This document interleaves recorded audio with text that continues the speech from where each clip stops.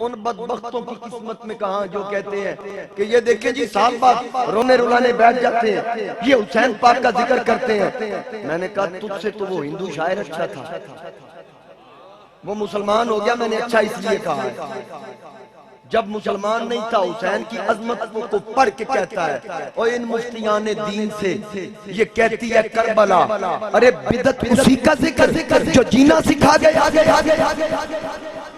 ان مفتیان دین سے یہ کہتی ہے کربلا، بدعت اسی کا ذکر جو جینا سکھا گیا۔ اور تم مولویوں سے ایک بابری مسجد نہ بچ سکی، میرا حسین ساری شریعت بچا گیا۔ تم مولویوں سے ایک بابری مسجد نہ بچ سکی، میرا حسین ساری شریعت بچا گیا۔ وہ کہتا ہے حسین بھارت میں آتا تو پردے میں اتارا جاتا، حسین بھارت میں آتا تو پردے میں اتارا جاتا۔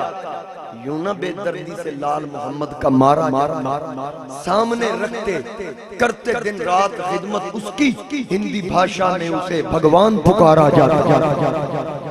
لیکن پھر جب حسین کی عظمت کو پڑھنے کے بعد کہتا ہے کہ اے حسین تیری عظمت کے قصیدے بھی پڑھوں اور تیری عظمت کا اقرار بھی کروں، پھر گندے بتوں کے سامنے کیسے جھکوں؟ کیونکہ حسین تو پاک ہے، تیرا ذکر بھی پاک ہے، اس ذکر کو کرنے کے لیے زبان کا پاک ہونا بھی ضروری ہے۔ تاریخ اسلام میں اس سے بڑا صابر نہیں، تاریخ اسلام میں اس سے بڑا، یہ یاد رکھنا بات میں کر رہا تھا کہ اس کے ذکر کے لیے زبان کا پاک ہونا بھی ضروری ہے۔ حسین ہے کون؟ حسین منی و انا من الحسین، سرکار فرماتے ہیں حسین مجھ سے میں۔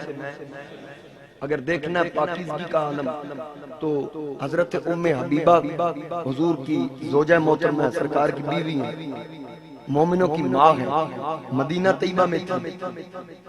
ان کا باپ ابو سفیان جس نے بھی کلمہ نہیں پڑھا تھا، وہ ملنے کے لیے مدینہ آیا، اپنے دوست احباب جو پرانے تھے حالت کفر کے دور کے جو مسلمان ہو چکے، انہوں نے اس کو لفٹ نہ کرائی، چل چل تیرا ہم سے کوئی تعلق نہیں۔ اس نے سوچا چلو اتنا سفر کر کے آیا ہوں، بیٹی کے گھر چلا جاؤں۔ بیٹی کے گھر آیا تو بیٹھنے لگا، ایک بستر پڑا تھا، بیٹی نے آواز دے کے کہا ابا ٹھہر جائیں، ابا ٹھہری بوینا۔ بابا کھڑو گیا، بستر کو ڈھانپ دیا، ٹھپ کے سائر سے کیتا، لپیٹ کے رکھ دیا۔ باپ نے کہا بیٹی ابے دیاں دے گھر آن، بیٹیاں بستر بچھان دیاں، تو چکیا کیوں ہے؟